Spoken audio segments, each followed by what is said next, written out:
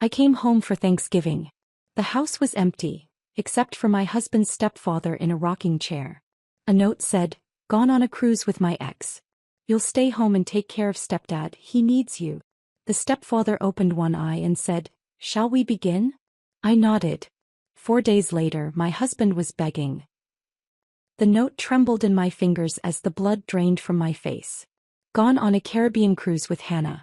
Mom decided to come too since she needed a break. You'll stay home and take care of Victor, he needs you. Back Monday. Brady. I read it twice, certain there must be some mistake. The paper fluttered to the kitchen counter as my hand went numb. He's not coming back until Monday, is he? The raspy voice behind me made me jump. I turned to see Victor watching me from the doorway, leaning heavily on his cane but with eyes far too alert for the decrepit old man Brady had described. "No," I managed, my voice barely audible. "No one is. They've all gone on a cruise."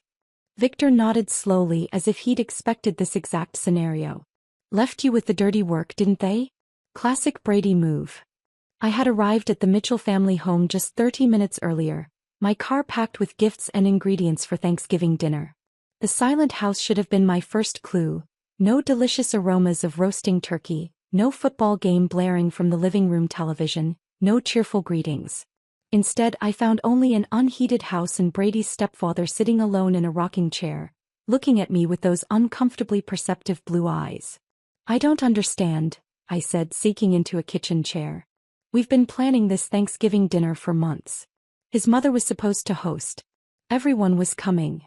I pulled out my phone and tried Brady's number again. Straight to voicemail, just like the previous 3 attempts. Victor shuffled to the refrigerator and pulled out a pitcher of water. "Been like this all week. Quiet as a tomb. They left Tuesday morning." He poured himself a glass with slightly shaking hands. "Didn't even stock the fridge properly. Hope you brought groceries." I hadn't. I'd brought cranberries, sweet potatoes, and my special apple pie ingredients. Contributions to what was supposed to be a family feast, not provisions for an abandoned holiday. My phone pinged with a notification. With a surge of hope thinking it might be Brady, I quickly checked it. Instead, it was an Instagram alert. Brady's sister had tagged him in a photo. With trembling fingers, I opened the app.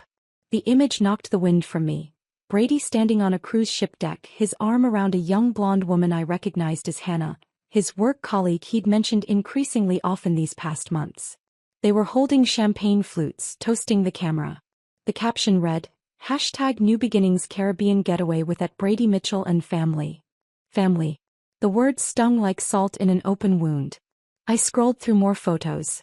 There was Brady's mother Elaine, sipping a cocktail, looking anything but like someone who needed a break from caring for Victor. Another photo showed Brady and Hannah at what appeared to be a romantic dinner. The post was time-stamped 2 days ago, which meant this had been planned long before Brady told me we were expected at his mother's for Thanksgiving. "Find something interesting?" Victor asked, studying my face. I turned the phone screen toward him. "They're on a cruise with Hannah from his office. The one he said was just a colleague." My voice cracked. They've been planning this, while I was buying gifts and taking time off work for what I thought was a family Thanksgiving. Victor nodded grimly. "Hannah's been in the picture at least 3 months. She's called here asking for Brady several times." Pretty voice, terrible laugh. I stared at him. "You knew." "I know a lot of things they don't think I notice." He tapped his temple with a gnarled finger. "Mine's still sharp, despite what Brady tells everyone." My thoughts raced to our bank account. With shaking hands, I opened our banking app. 3 days ago, $5,200 withdrawal. Almost our entire savings. Money we'd been putting aside for a down payment on a house. The house Brady had promised we'd start looking for after the holidays. "He took our savings," I whispered, showing Victor the screen. "All of it." Victor wasn't surprised. "They've been doing the same to me for years. Taking a little here, a little there. For your care, Victor, they say.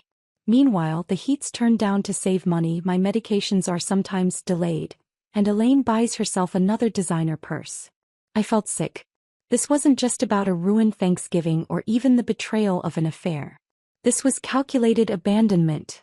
Of me, of Victor, of responsibilities and promises. My phone rang. My best friend Leah calling to wish me happy Thanksgiving. I silenced it, unable to explain this humiliation just yet. There's leftover soup, Victor offered. Not much of a Thanksgiving feast, but it'll do. I looked around the kitchen. Dirty dishes in the sink, empty takeout containers on the counter. They hadn't even cleaned up before leaving. Something hardened inside me. No, I said firmly. We deserve better than leftover soup. I grabbed my coat and purse. I'm going to the grocery store. They might still have some turkey breasts and potatoes. We're having a proper meal today. Victor looked surprised, then pleased. Haven't had a home-cooked meal in months. Brady always brings fast food when he bothers to come by. At the grocery store, my mind whirled with questions and emotions. How long had Brady been planning to leave me? Was our entire 5-year marriage just a convenient arrangement he could discard when something better came along? I mechanically selected a small turkey breast, potatoes, and some vegetables, barely registering the other last-minute shoppers around me. When I returned, Victor had managed to clear the kitchen counter and was sitting at the table with a stack of papers. What's all this? I asked, setting down the groceries. Evidence, he replied, his blue eyes suddenly steely. Bank statements, medical records, documented neglect. I've been keeping track for months. He pushed a folder toward me. Brady and Elaine think I'm just a burden waiting to die. They don't know I've been watching them strip my accounts while providing minimum care. I glanced at the papers. Detailed notes, account statements showing suspicious transfers, copies of medical recommendations that had been ignored. Why are you showing me this? I asked, unsettled by his methodical documentation. Victor leaned forward, suddenly looking less frail. Because you've been wrong too, Jade. And because I don't have much time left. He tapped a medical report. Terminal cancer. 3 months at most. I sat down heavily across from him. I'm so sorry, Victor. He waved away my sympathy. Don't be sorry. Be smart. He looked at me with unexpected intensity. They think they've left you with a burden, but they've actually given us an opportunity. An opportunity for what? Victor's thin lips curved into a smile that transformed his face. For justice. He reached for an envelope and slid it across the table. Inside is my real will and trust documents. Not the one Brady and Elaine think exists. I didn't touch the envelope. Victor, I don't understand. He leaned back in his chair and studied me. After a moment, he simply said, "Shall we begin?" Those 3 words hung in the air between us, loaded with possibility and hidden meaning. Before I could respond, he explained his proposition. Help him document the family's neglect and betrayal, assist with his final arrangements, and he would ensure I'd be taken care of financially after he was gone. The family who abandoned us both would lose everything they thought was coming to them. I stared at him, this man I barely knew but with whom I suddenly shared a profound connection. We had both been deceived and discarded by the same people. Outside, the late afternoon shadows lengthened across an empty driveway where a family should have gathered. Inside, an unexpected alliance was forming. Yes, I said finally, surprising myself with the firmness in my voice. Let's begin.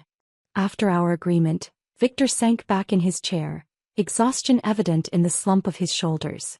The excitement of our newfound alliance had temporarily energized him, but now the fatigue returned to his face. You should rest, I said, noticing the pallor beneath his weathered skin. I'll finish making our dinner. Victor shook his head. First, there's something you need to see. He pushed himself up with effort. My medical records. You need to understand what we're working with, and how little time we have. He led me to a small bedroom that had clearly once been an office but was converted into a makeshift sleeping space. A hospital bed occupied one corner, though Victor hadn't been using it. Instead, a regular twin bed against the opposite wall showed signs of use. Can't stand that contraption, he explained, gesturing at the hospital bed. Makes me feel like I'm already in hospice. From a locked drawer in the desk, Victor withdrew a thick folder labeled simply, medical. He handed it to me without ceremony. Pancreatic cancer, he said flatly as I opened it. Stage 4. Diagnosed 3 months ago. I scanned the documents, my stomach tightening at the clinical descriptions and grim prognosis. Various oncologists' notes, treatment recommendations, and scan results told the unmistakable story of a terminal illness. 2 months, Victor added. Maybe less now. The last scan showed rapid progression. I looked up sharply. Brady knows this? Oh yes. They all do. His mother was at the appointment when we got the diagnosis. 2 days later she started talking about how she needed a break from caretaking. His laugh held no humor. 66 years old and claiming exhaustion while I'm dying at 78. The cruelty of it struck me like a physical blow. They abandoned you knowing you only had months left? Weeks more likely. Victor eased himself onto the edge of the bed. But that's not even the worst of it. Look at the medication list. I flipped to the prescription sheets. Multiple medications were listed. Pain management, anti-nausea drugs, enzymes to help with digestion. Check the bathroom cabinet, Victor directed. Compare what's there with what should be there. In the adjoining bathroom I found a disorganized collection of pill bottles. As I examined them, comparing with the documentation, disturbing discrepancies emerged. The powerful pain medication had been refilled twice according to the pharmacy labels, but the bottle was nearly full. The expensive enzyme supplements were only half full when they should have been almost untouched based on the refill date. They've been diluting them, Victor confirmed when I returned with the evidence. 1 pill instead of 2. Half doses of the pain medication. And those appointments for the palliative care specialist? Too expensive, Elaine said. My hands trembled with anger as I returned the documentation to its folder. That's not just neglect, Victor. That's abuse. It's what happens when people see you as an obstacle rather than a person. He pulled a small notebook from beneath his pillow and handed it to me. I've been keeping track. Times when medications were missed or reduced. Appointments canceled. Money that disappeared from my checking account for home care supplies that never materialized. The meticulous documentation stunned me. Pages of dates, times, specific incidents. Despite his illness, Victor's mind remained razor-sharp. Let me fix you something to eat, I said, needing a moment to process everything. You must be hungry. In the kitchen I found pitiful supplies. A few cans of soup, some stale bread, milk on the verge of spoiling. From my grocery run, I managed to put together a decent meal of roasted turkey breast, mashed potatoes and green beans. Not the Thanksgiving feast I'd planned, but far better than leftover soup. As we ate at the small kitchen table, Victor studied me. Tell me about your marriage, he said finally. When did you first notice Brady wasn't who you thought he was? The directness of the question caught me off guard. I poked at my food, considering how to answer. It was gradual, I admitted. When we first met, Brady was attentive, supportive of my graphic design work. I was building my client base, had my own small studio apartment, good friends. I paused, realizing how much had changed. After we married, he suggested I work from home to save on studio rent. Made sense financially, but then my equipment kept having issues. Computer problems, software glitches. Victor nodded knowingly. Isolation tactic. Exactly. Then came suggestions about which clients weren't worth my time, concerns about me being out late with friends. He'd check my phone, claiming he was just looking for a number. The patterns were so clear in hindsight. When my father died last year and left me $30,000, Brady insisted we put it in our joint account for our future. That money was supposed to be for our house down payment. The money he just spent on a cruise with another woman, Victor added quietly.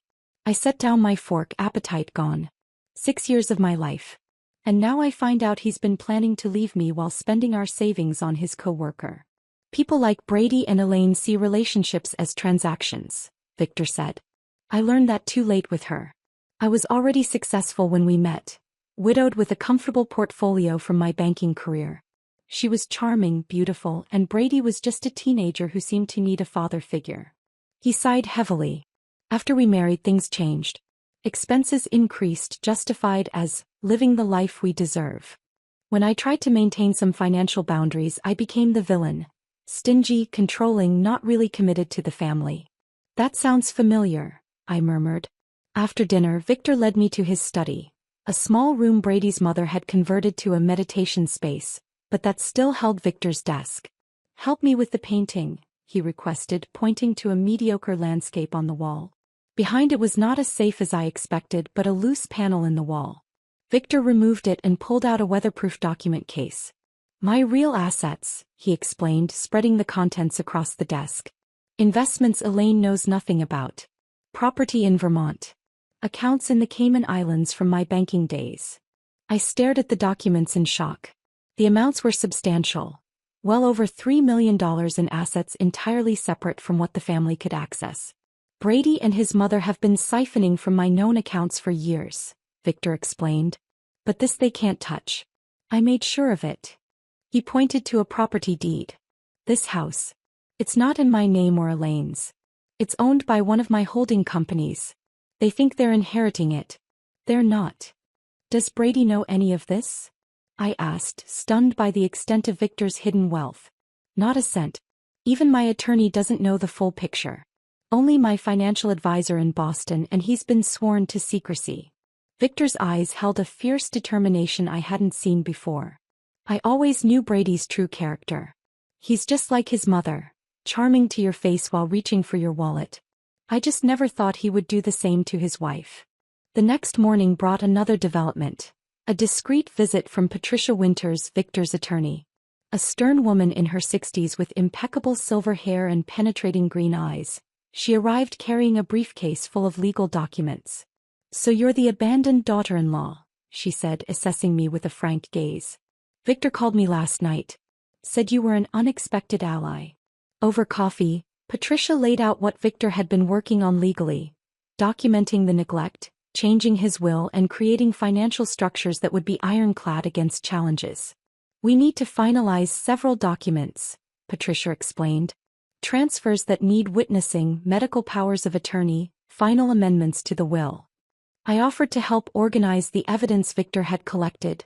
My graphic design background made me good with digital organization and documentation. "Perfect," Patricia nodded approvingly. "We'll need everything properly cataloged for when they inevitably contest the will." That evening, after Patricia left with the signed documents, Victor and I sat in the living room with a photo album he'd pulled from a bookshelf. "Look at this," he said, pointing to a photo of Brady as a teenager. His mother behind him, always whispering in his ear. He turned the page. "Here's Brady's father before the divorce. Notice how miserable he looks. Elaine did to him what Brady's doing to you."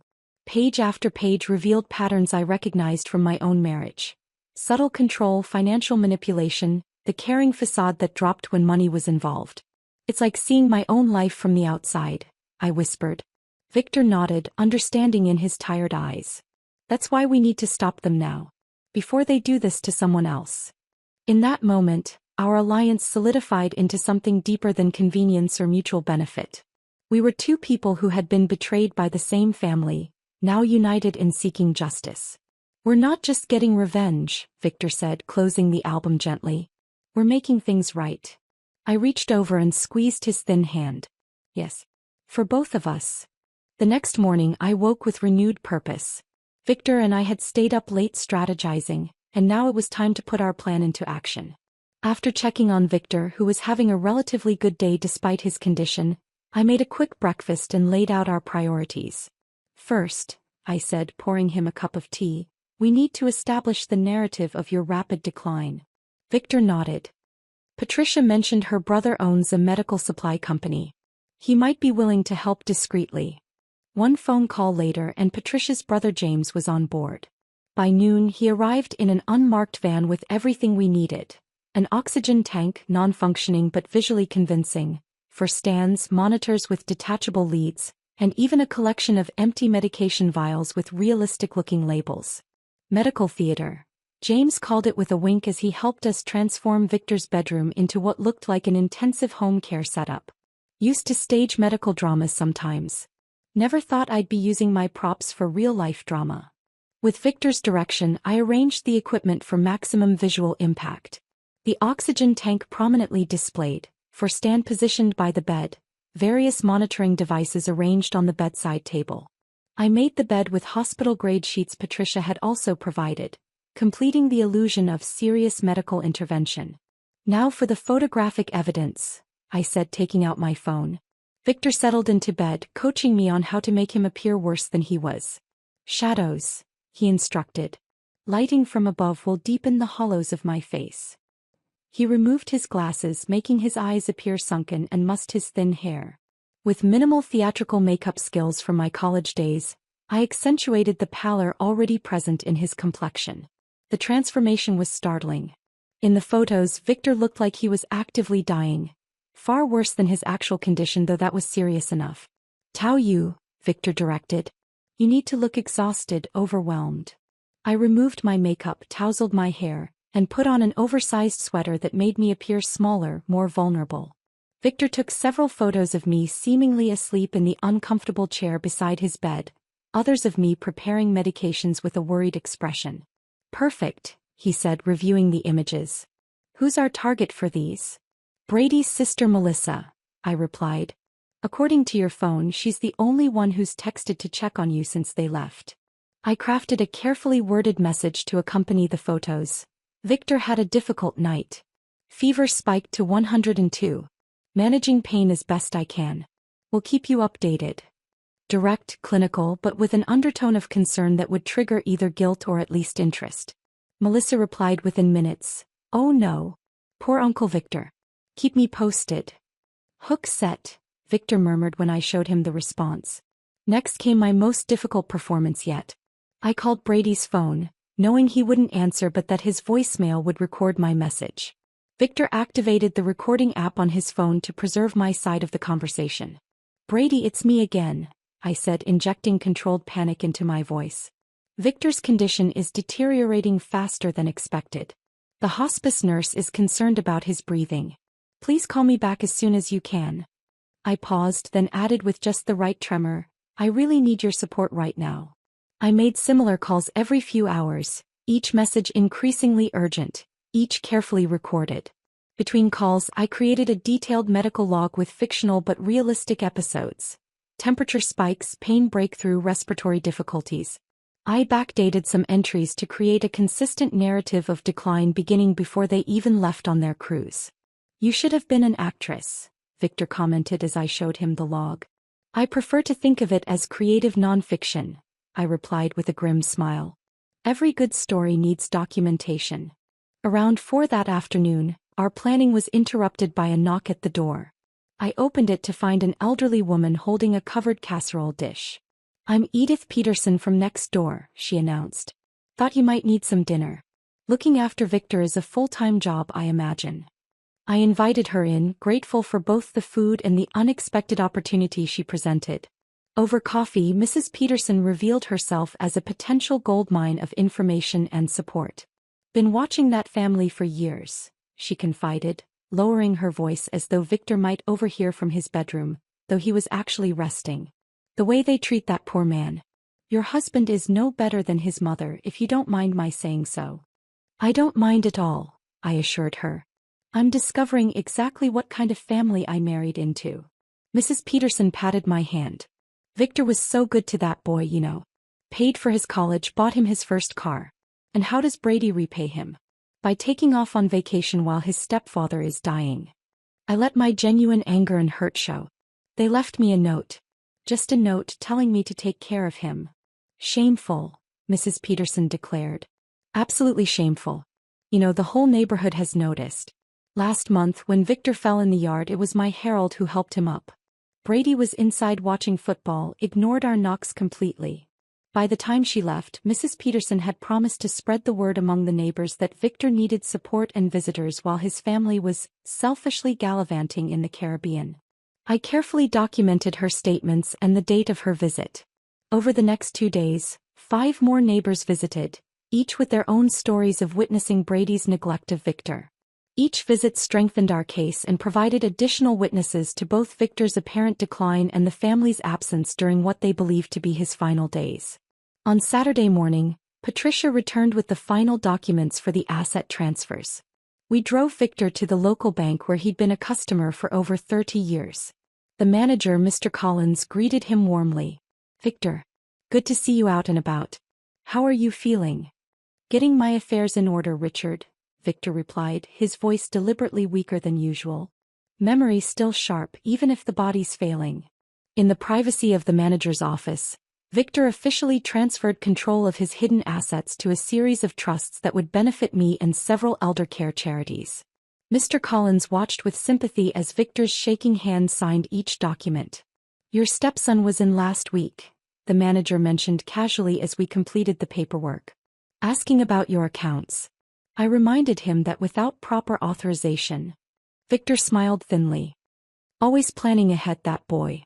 I remember when he came in to cash that check for his graduation gift, Mr. Collins continued. Didn't even thank you. Just complained it wasn't enough for the car he wanted. Another piece of evidence, another witness to Brady's character. That evening, as we were reviewing our progress, Victor's phone rang with a video call from Melissa.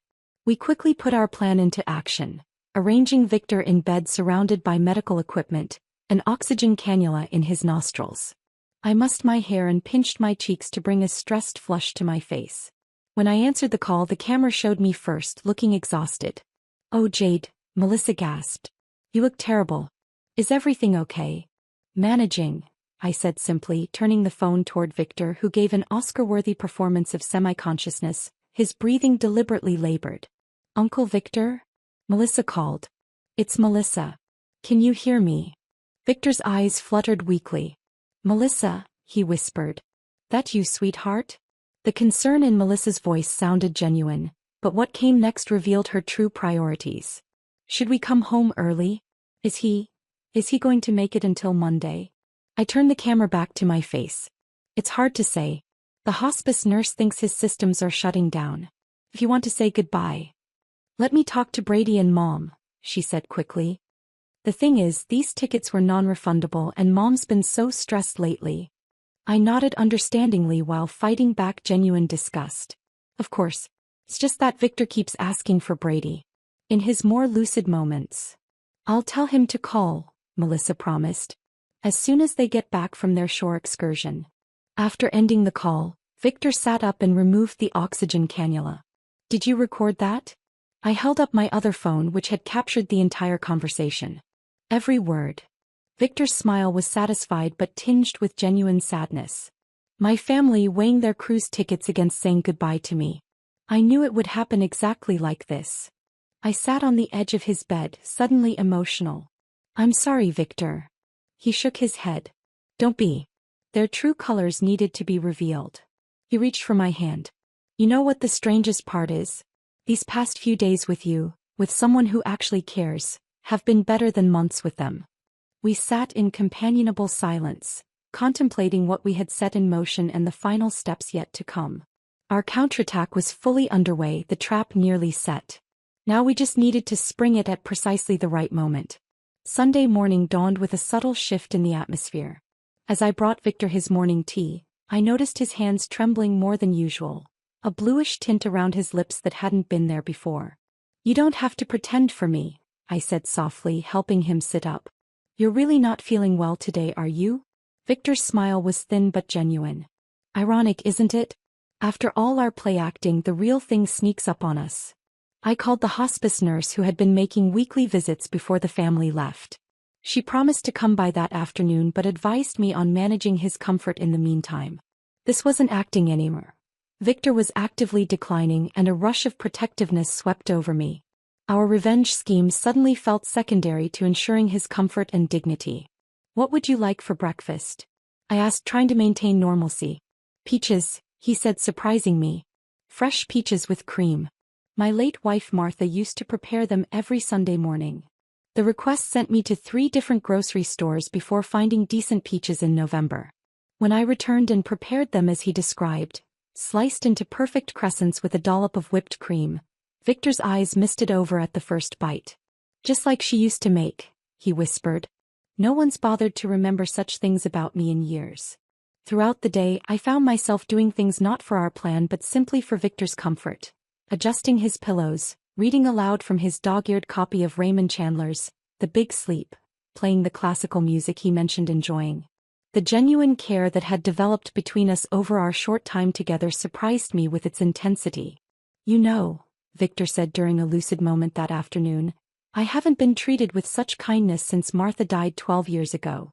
Strange how a stranger has shown me more compassion than my own family. The hospice nurse, Diane, arrived around 3. After examining Victor, she took me aside in the hallway. His organs are shutting down, she said gently.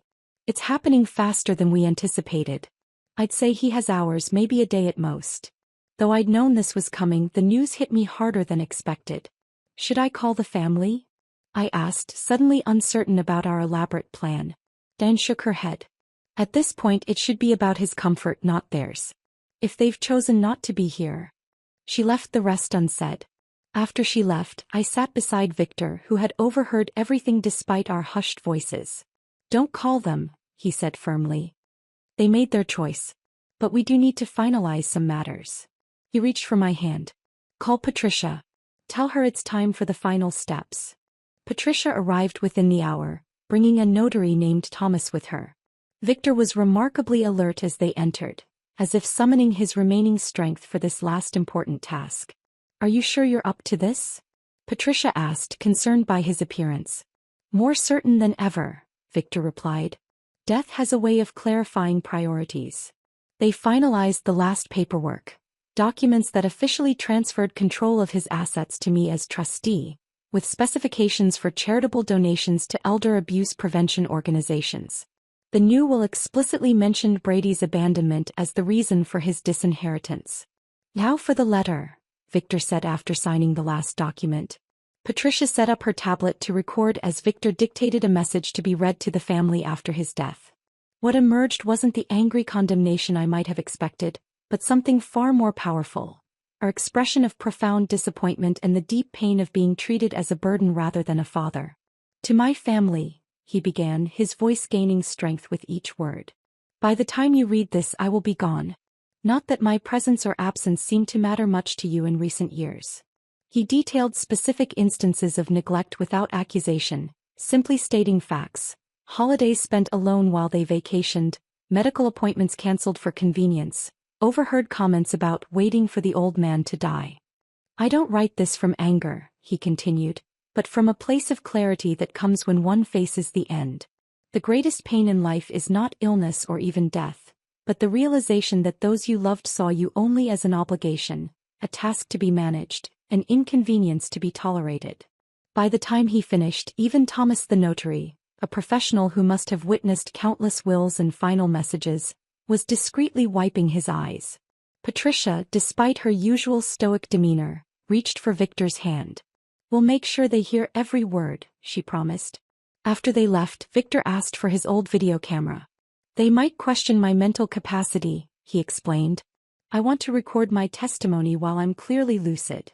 I set up the camera, and Victor delivered a 20-minute statement directly to the lens.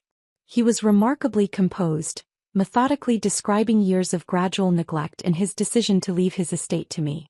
Jade showed me more dignity in 4 days than my family did in 4 years, he stated clearly. She is the only one who earned the right to benefit from what I spent a lifetime building. He described specific incidents, Brady's dismissive comments at doctor's appointments, meals left just out of reach, medications forgotten during weekend trips. The recording was devastating in its calm delivery and damning details. By evening, Victor's energy was fading. I helped him to the living room at his request, settling him in his favorite chair by the window. There's a bottle of port in my study, he said. Behind the economics textbooks. Martha and I were saving it for our 50th anniversary. I found the dusty bottle where he described and poured a small amount into 2 crystal glasses I discovered in a neglected cabinet. To justice, Victor said, raising his glass with effort.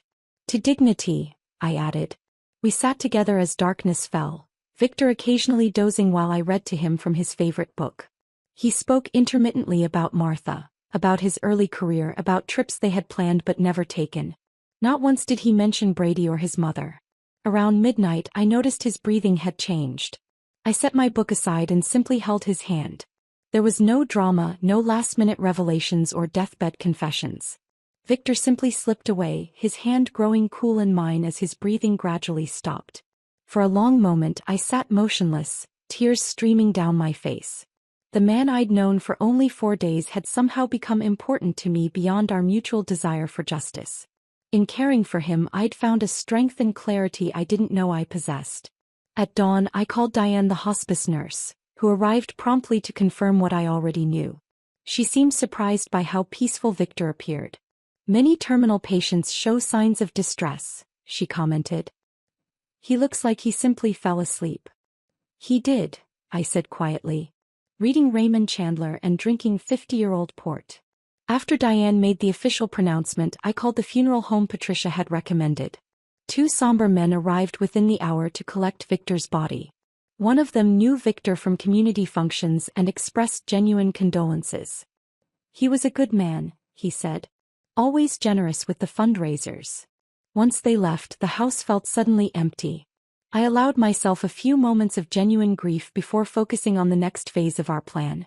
Brady and his family would be returning the following day, expecting to find a dying man they could comfort in his final hours, thereby easing any guilt about their abandonment. Instead, they would find me, and the consequences of their actions. I placed Victor's letter in a cream-colored envelope and propped it against the family photo on the mantelpiece. A photo I now noticed showed Brady and his mother smiling broadly while Victor stood slightly apart. In the dining room, I arranged the extensive documentation of neglect in clearly labeled folders: cancelled medical appointments, financial exploitation, recorded evidence of neglect. Victor's video testimony was queued up on the television, ready to play at the press of a button. Finally, I went to the master bedroom and packed my few belongings. Beside my suitcase, I placed printouts of the cruise photos Brady and his family had posted throughout the week, creating a stark visual timeline that contrasted their poolside cocktails with Victor's documented decline. Everything was arranged for maximum impact when they returned. A carefully orchestrated revelation that would ensure they faced the full weight of their choices. Standing in the center of the silent house, I felt a profound sense of purpose. This wasn't just about revenge anymore. It was about justice for a man who deserved far better than he'd received from those who should have cared for him most. "It's done, Victor," I said softly to the empty room. "They'll understand exactly what they've lost." I spent Monday morning in a strange calm, waiting for the inevitable. Around noon, I heard the sound of car doors slamming, followed by laughter and chatter as Brady and his family returned from their cruise. Taking a deep breath, I smoothed down the simple black dress I'd purchased the day before and positioned myself in the living room, near Victor's empty rocking chair. The front door burst open. Brady entered first, his mother Elaine right behind him, followed by Melissa and Hannah, the colleague, who was clearly more than that. They were all sunburned and smiling, arms laden with duty-free shopping bags and tacky souvenirs. "Honey, we're home," Brady called out, his voice cheerful until he saw me standing there, my expression solemn. His smile faltered. "What's with the funeral get-up?" Elaine pushed past him, dropping her designer handbag on the console table. "Where's Dad? Is he napping?" Her tone was casual, as if inquiring about a pet rather than her dying husband. "Victor passed away Saturday night," I said quietly. The shopping bags in Brady's hands dropped to the floor. Hannah, uncertain what to do, took a step back toward the door. "What do you mean, passed away?" Elaine demanded, as if I'd made a mistake in vocabulary. "He died peacefully in his sleep around midnight," I continued, maintaining my composure. "The funeral service was yesterday afternoon. Many of your neighbors attended, along with Victor's friends from his banking days. Quite a lovely turnout, actually." Brady's face cycled through shock, disbelief, and then, most tellingly, calculation. "You held the funeral without us?" "Without his family." "His family was invited," I replied. "I left multiple messages about his declining condition. You chose not to respond." Melissa stepped forward, her face pale beneath her tan. "I told you about that call, Brady. I said Uncle Victor looked really bad." Brady waved her off impatiently. This is unbelievable. We need to sit down." "Yes," I agreed. "We do." I gestured to the living room where Victor's letter waited on the coffee table. They filed in silently, nobody wanting to sit in Victor's rocking chair, which stood empty like an accusation. "There are some things you need to know," I said, picking up the cream-colored envelope. "Victor left this letter to be read to you upon your return." "Did he change his will?" Elaine interjected bluntly. "Is that what this is about?" I met her eyes directly. "Perhaps you should hear his words first." I unfolded the letter and began reading Victor's message. His disappointment flowed through my voice. The holidays spent alone, the doctor's appointments cancelled for convenience, the overheard comments about waiting for the old man to die. As I read, I watched their reactions. Elaine's face hardened defensively. Brady fidgeted, avoiding eye contact with anyone. Melissa looked increasingly uncomfortable. "The greatest pain in life," I read, is not illness or even death, but the realization that those you loved saw you only as an obligation, a task to be managed, an inconvenience to be tolerated. When I finished, a heavy silence filled the room. Hannah, clearly wishing to be anywhere else, stared at her feet. Finally, Brady cleared his throat. Look, Dad was confused at the end. His medication. Victor was perfectly lucid, I interrupted. In fact, he made a video statement you might want to see. This is ridiculous, Elaine declared. Some end-of-life ramblings from a sick old man don't change the legal realities. Brady is his next of kin and... Actually, I said, standing up, there's more you should see. I led them to the dining room where I'd arranged the evidence files. Brady's eyes widened as he took in the meticulous documentation laid out in chronological order. What is all this? He demanded. Evidence, I replied simply. Of financial exploitation, medical neglect, and abandonment. I opened the first folder, revealing bank statements with highlighted transfers. Victor kept detailed records of every dollar taken from his accounts for supposed care expenses that were never provided. Elaine snatched up one of the statements. He gave us that money. We were caring for him. By leaving him alone for Thanksgiving with inadequate medication, no food in the refrigerator, and the heat turned down to 62 degrees? I asked, opening another folder containing the timeline of their departure preparations. There are statements from 6 different neighbors who witnessed his neglect. And then there's this. I pressed play on the tablet and Victor's video testimony began. His calm, articulate description of years of mistreatment silenced even Elaine's protests. Brady's face grew increasingly pale as Victor described specific incidents. Medications diluted, appointments cancelled, disparaging comments made when they thought he couldn't hear. This is all a setup, Brady finally sputtered, jabbing a finger toward me. She manipulated a dying man. The doorbell rang before I could respond. Perfect timing. Patricia stood on the doorstep, Notary Thomas beside her. Am I interrupting? She asked with professional coolness. Not at all, I replied. The family has just returned and was reviewing Victor's final message. Excellent. Then I can proceed with the official notification. Patricia placed her briefcase on the dining table and removed several documents. As executor of Victor Harmon's estate, I'm here to inform you of the provisions of his final will and testament. Brady straightened, composing himself. A smug smile began to form on his lips. Fine. Let's get to the point. Patricia adjusted her glasses. The will is quite straightforward. Victor Harmon has left the entirety of his estate to Jade Mitchell, with provisions for substantial donations to several elder abuse prevention organizations. The stunned silence that followed was broken by Elaine's shrill voice. That's impossible. We're his family. The will explicitly cites abandonment and neglect as reasons for disinheritance, Patricia continued calmly. It has been properly witnessed, notarized, and filed with the court. Mr. Harmon was examined by 2 separate physicians who certified his mental competence at the time of signing. Brady's smugness evaporated. This is fraud. We'll contest it. You're welcome to try, Patricia replied, unfazed. However, given the extensive documentation of neglect, the video testimony and witness statements, I would advise against it. You'd only be spending money you don't have. What do you mean, money we don't have? Elaine demanded. Patricia exchanged a glance with me before continuing. The properties you currently occupy, including your primary residence, belong to the Harmon Family Trust, which is now under Jade's control as trustee. Furthermore, the investment accounts you've been drawing from have been frozen pending audit for potential financial abuse. Brady's face drained of all color. That's not possible. The house is mine. Dad promised. Victor promised nothing, I interjected. You assumed. There's a difference. The implications were sinking in. Brady had spent their savings on the cruise, counting on his inheritance to cover their mounting debts. The house they lived in wasn't his to sell or borrow against. What about our college funds? Melissa asked in a small voice. Grandpa set those up for us. Brady couldn't meet his sister's eyes. Patricia answered gently, Victor provided funds to your father for that purpose several years ago.